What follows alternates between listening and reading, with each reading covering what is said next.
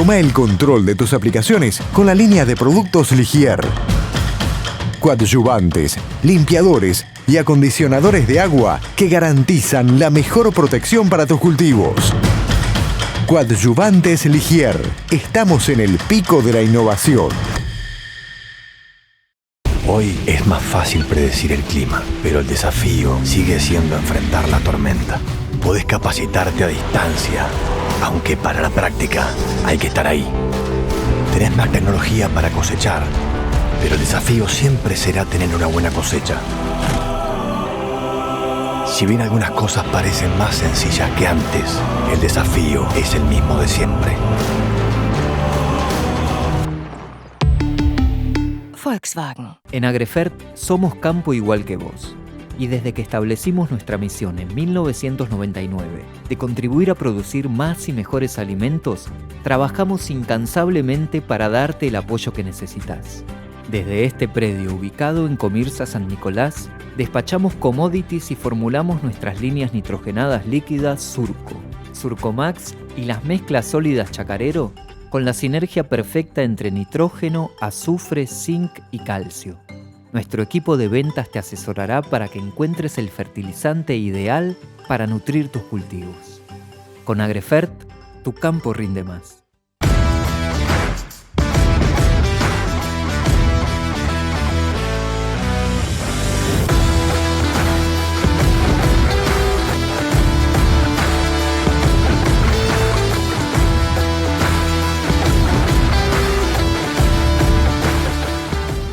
Te contamos con orgullo que Santa Fe, tu provincia, es la segunda provincia que más exporta al mundo y que de los más de 190 países que existen, exporta a más de 135. Y por si no lo sabías, $1 de cada 4 de los que exporta Argentina surge de productos hechos por santafesinos. El gobierno de la provincia lleva adelante un plan estratégico para sostener y potenciar el desarrollo productivo, obras, conectividad, energía, financiamiento, vinculación. Santa Fe, provincia productiva.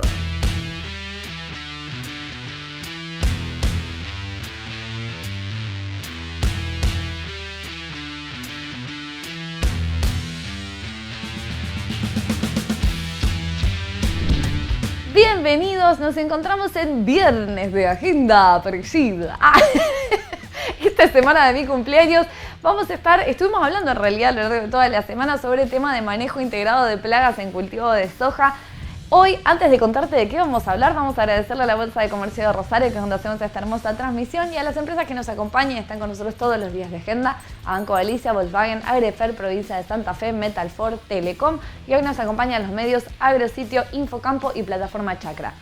Vamos a hablar ahora, en estos mismos minutos, con Luis Vignaroli de la Universidad Nacional de Rosario, y él va a estar hablando sobre el correcto monitoreo, más que nada en tema de insectos que aparecen en el suelo, el uso del paño, los umbrales, los diferentes umbrales que tenemos en cuanto a la aparición de plagas. Así que vamos a escuchar todas las recomendaciones que nos deja en cuanto al monitoreo y control de plagas. Adelante. Mi nombre es Luis Vignaroli, yo formo parte del grupo de Zoología Agrícola de la Facultad de Ciencias Agrarias de Zavalla, como docente, obviamente, y también tengo alguna participación en asesoramientos de campos en forma particular. Algunas referencias que yo te voy a hacer están justamente, digamos, referidas, por así decirlo de nuevo, a la región nuestra, es decir, a la región del sur de Santa Fe. Te aclaro esto porque por ahí puede haber gente que escuche de otras áreas y no es tan así como yo lo voy a explicar, ¿no? Porque va a variar de acuerdo a la región donde se encuentre la persona. Con respecto a los insectos de suelo que pueden llegar a causarnos algún problema en el cultivo de soja,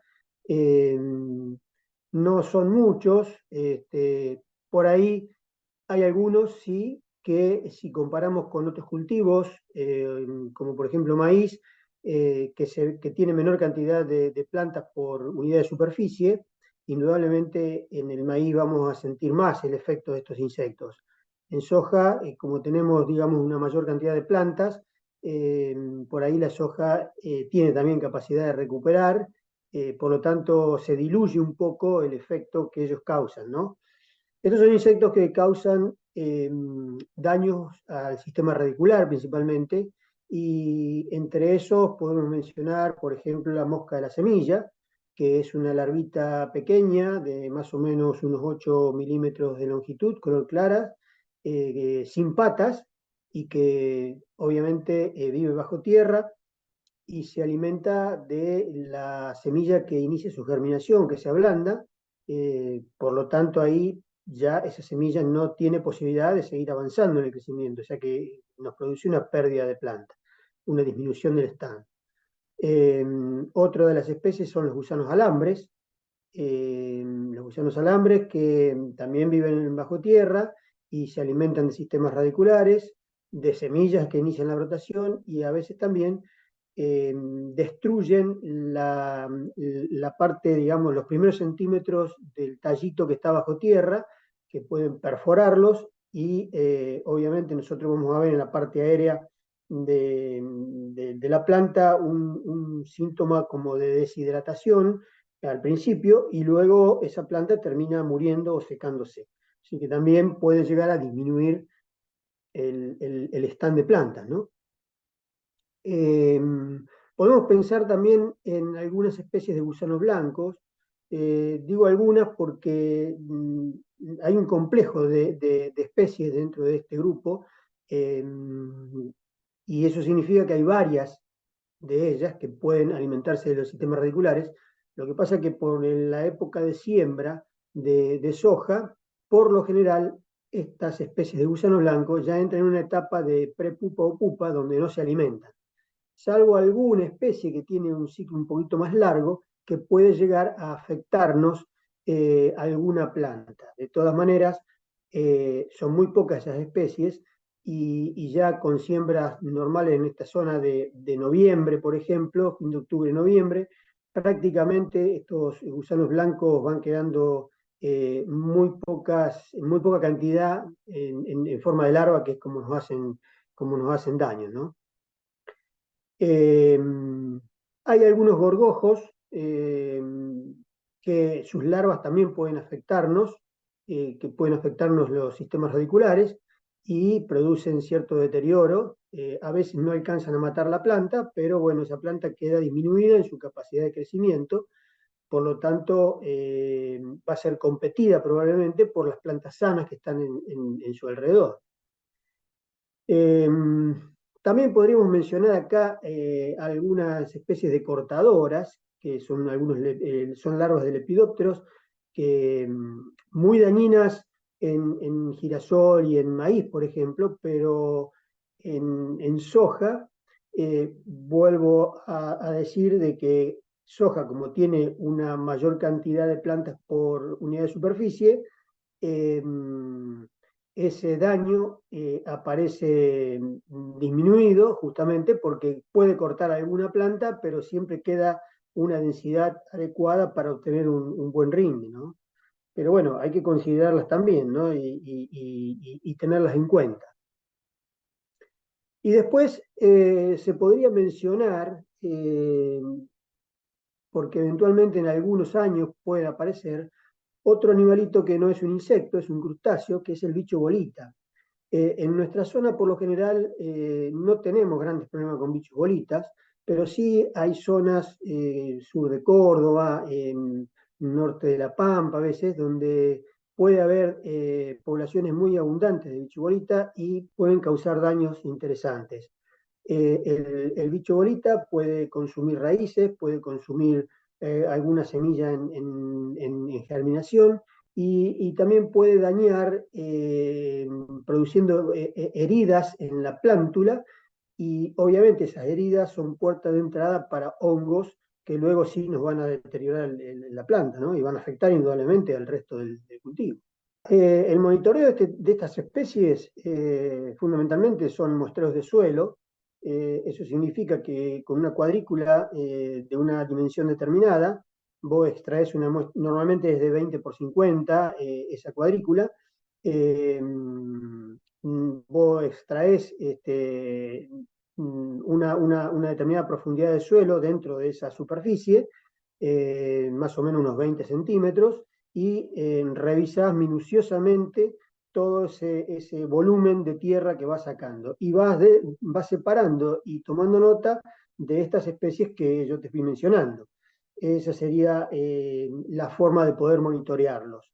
Ese monitoreo lo podés hacer, digamos, en un momento cercano a la siembra, para estar, digamos, al tanto de qué partís vos, es decir, cuál es el punto de partida respecto de algunos de estos insectos o de estas especies de suelo. No hay umbrales determinados de estas especies, por lo menos para acá en nuestra zona no están terminados. Sí se habla de presencia o ausencia de ellos. Por lo general, ya te digo, contamos con ese beneficio que nos da el cultivo de tener una gran capacidad de compensar pérdidas de plantas. Por lo tanto, ese tipo de efectos se diluye bastante, ¿no? Obviamente que acá, ante un accionar con aplicaciones, desde el punto de vista de la calidad de la aplicación, es sumamente importante prestar atención a la calidad de las pastillas que utiliza el equipo. Esas pastillas no tienen que tener desgastes, porque si tienen desgastes, digamos, el esparcimiento del producto es diferenciado respecto a una pastilla sana. Por lo tanto, hay que tener cuidado con eso. Hay que respetar las condiciones de aplicación, por ejemplo, de caudal y de presión de agua, sobre todo si vos tenés una cobertura y un canopeo del cultivo denso. Ahí es importante tener en cuenta esto para poder penetrar en las partes medias de la planta, que a veces es donde se ubican algunas de estas especies que producen daño en la parte foliar, ¿no? Entonces, es muy importante esa calidad de las pastillas, digamos. Muchas veces ocurre que la gente no las cambia y las utiliza por largos tiempos y parece que estuvieran sanas, pero en realidad tienen desgaste y eso hace que la distribución sea diferente, ¿no? Las pastillas que normalmente se recomiendan para la aplicación en esta clase de problemas con insectos son las pastillas llamadas de cono hueco, que producen un tamaño de gota más pequeño y que la gota digamos, cuando sale impulsada por la presión, toma un sentido de rotación y eso hace que favorezca la penetración entre el follaje. Por eso es la que se usan para estos tratamientos. Y además es muy importante pensando en el momento donde este cultivo está presente, en no hacer aplicaciones con altas temperaturas. Estos últimos años hemos tenido temperaturas muy elevadas, entonces hay que, digamos, acomodar la cosa como para poder hacer tratamientos a la mañana temprano o a la tardecita, de manera que esa alta temperatura no produzca una evaporación de la microgota, porque, por supuesto, al evaporarse es dosis menor que está llegando a nuestro objetivo final, ¿no? Entonces, habría que tratar de despreciar los momentos de aplicación del mediodía, o sea, desde las 10 de la mañana hasta las 16 horas más o menos. Esa es una ventana en donde no habría que hacer aplicaciones contra insectos. Además de eso, hay algunas especies que se protegen en esos momentos en las partes medias o bajas de las plantas. Por lo tanto, hay que tener más cuidado porque es difícil llegar a ellas, ¿no? En nuestra zona nosotros tenemos algunas especies que son defoliadoras o que incluso en la etapa reproductiva se alimentan de las vainas y de los granos. Una de las más comunes, que por lo general aparece todos los años, es la Isoca medidora, que últimamente es sobre la que se tratan de hacer las aplicaciones, porque es la que aparece más temprano, la que afecta al cultivo por lo general en la etapa vegetativa.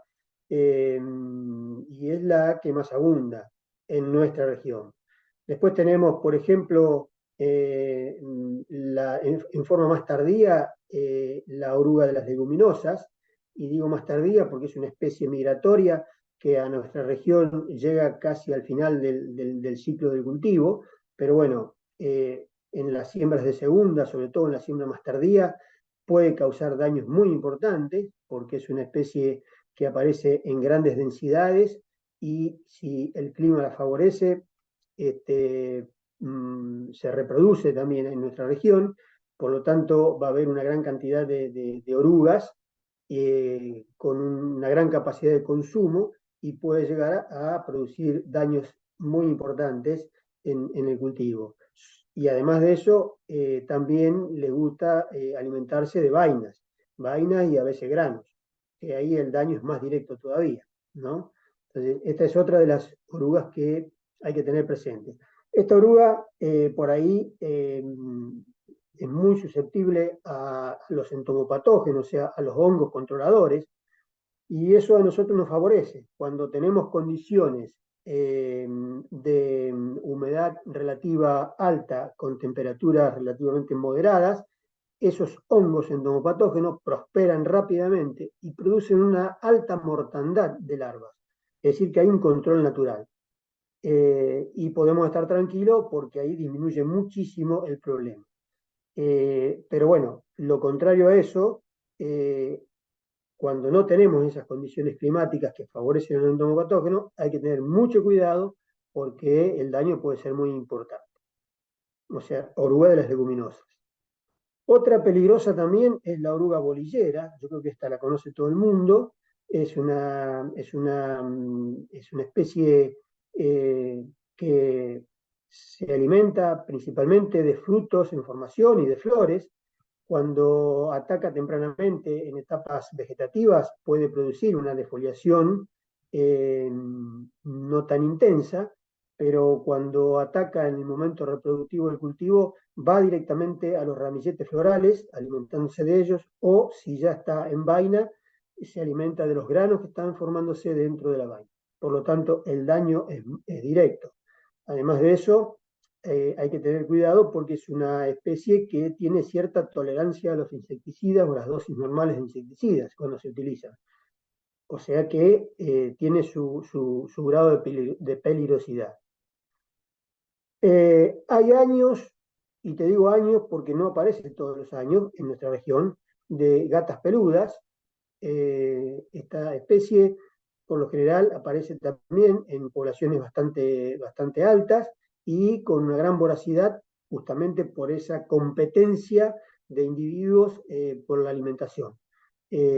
Cuando aparece, hay que tener cuidado porque va avanzando desde los bordes de las cabeceras hacia adentro, produciendo una defoliación muy intensa. Entonces, cuando ella está presente, a veces, si la detectamos a tiempo, haciendo una aplicación en la zona donde más abunda, que generalmente son los bordes de las cabeceras, con eso llegamos a solucionar el problema. No todos los años está presente, por eso dije en algunos años.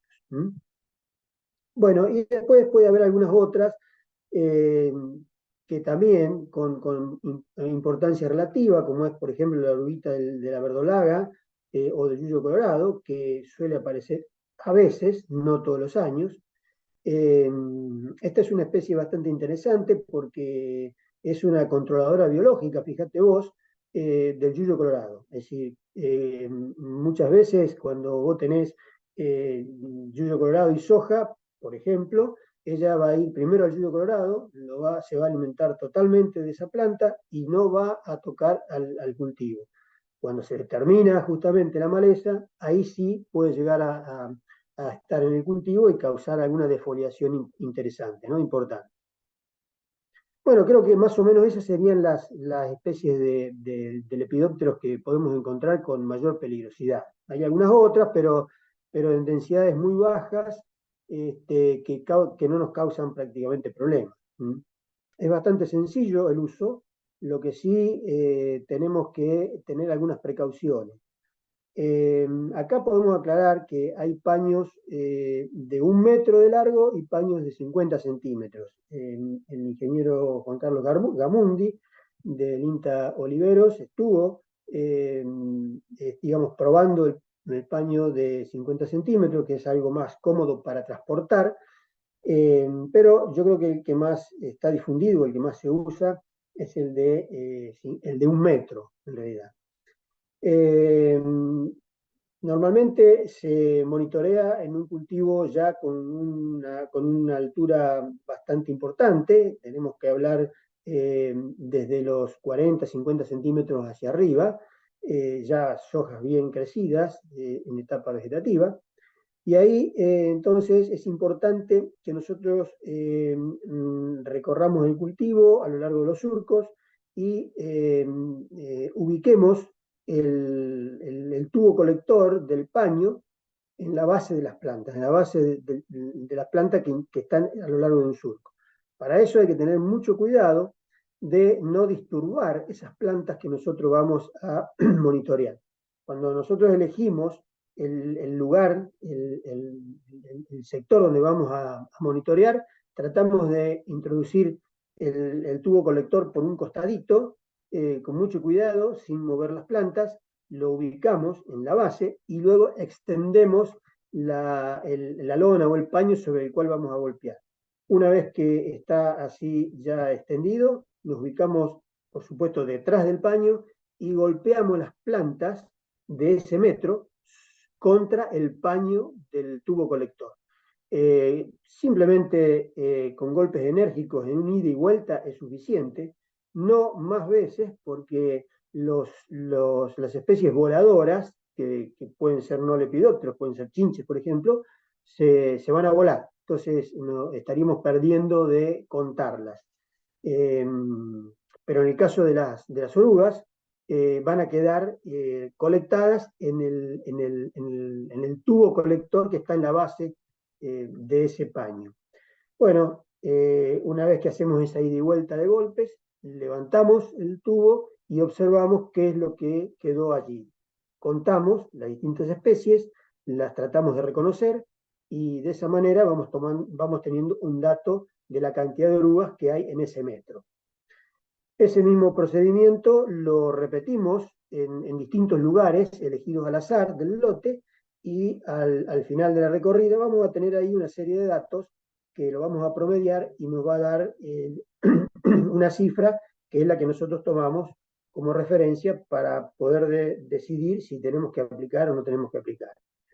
Lo que sí, perdón, es importante aclarar acá que las larvas que debemos contar son larvas superiores a 15 milímetros de longitud, porque las que son menores a 15 milímetros, no digo despreciarlas, habría que tenerlas en cuenta porque esas larvas van a crecer, pero digamos que no las tomamos en ese momento como para definir el umbral. ¿Por qué? Porque se supone que son las más susceptibles a tener una muerte natural a través de enemigos naturales o de entomopatógenos.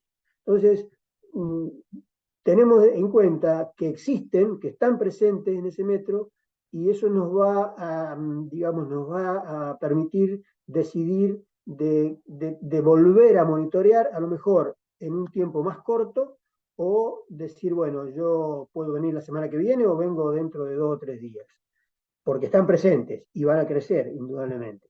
Cuando crezcan o sean mayores a esa medida, ahí sí vamos tomando nota y las tenemos en cuenta para determinar el umbral. Así que bueno, más o menos eso sería la forma de uso del paño, ¿no? Y también ahí habría que tener presente la posibilidad de, ya no usando el paño, pero sí determinar el porcentaje de defoliación que causan estas orugas. Para lo cual debemos tomar hojas al azar, no eligiéndola obviamente, pero hojas al azar, y estimar en cada hoja el área faltante.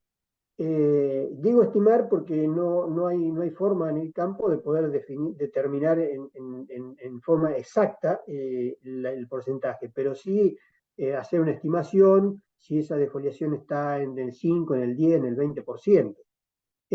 Ese dato también es importante tenerlo en cuenta para cuando decidamos definir el umbral que estamos buscando, ¿no?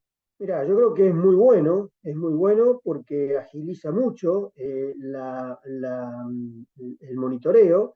De todas formas, el que use esas herramientas tiene que conocer las especies que va a estar observando.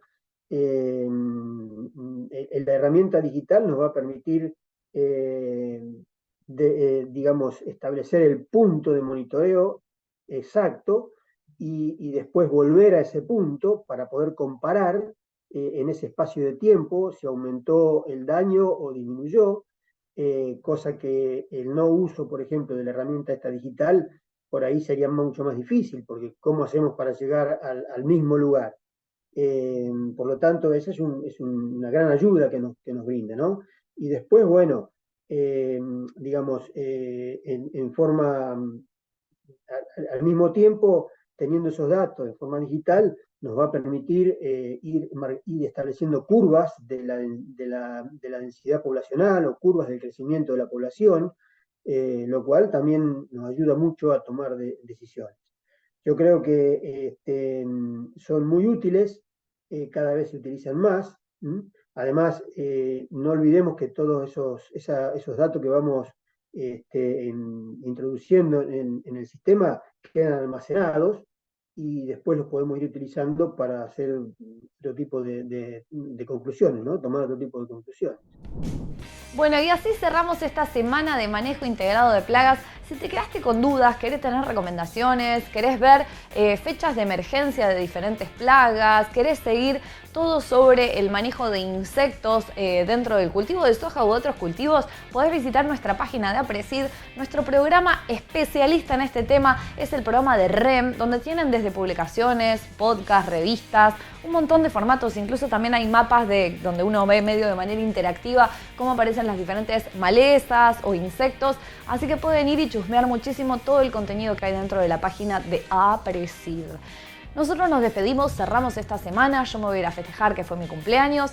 Le agradecemos nuevamente a la Bolsa de Comercio de Rosario, que es donde hacemos esta hermosa transmisión, y a las empresas que nos acompañan y están con nosotros todos los días de agenda: a Banco Galicia, Volkswagen, Agrefert, Provincia de Santa Fe, Metalfor, Telecom, y en el día de hoy nos acompañaron los medios Agrositio, Infocampo y Plataforma Chacra.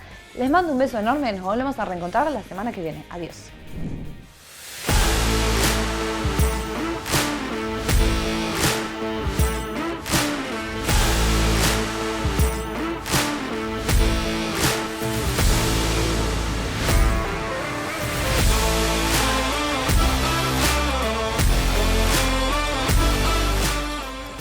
Hoy es más fácil predecir el clima, pero el desafío sigue siendo enfrentar la tormenta. Podés capacitarte a distancia, aunque para la práctica hay que estar ahí. Tenés más tecnología para cosechar, pero el desafío siempre será tener una buena cosecha. Si bien algunas cosas parecen más sencillas que antes, el desafío es el mismo de siempre. Volkswagen. En Agrefert somos campo igual que vos. Y desde que establecimos nuestra misión en 1999 de contribuir a producir más y mejores alimentos, trabajamos incansablemente para darte el apoyo que necesitas. Desde este predio ubicado en Comirsa San Nicolás, despachamos commodities y formulamos nuestras líneas nitrogenadas líquidas Surco, Surcomax y las mezclas sólidas Chacarero, con la sinergia perfecta entre nitrógeno, azufre, zinc y calcio. Nuestro equipo de ventas te asesorará para que encuentres el fertilizante ideal para nutrir tus cultivos. Con Agrefert, tu campo rinde más.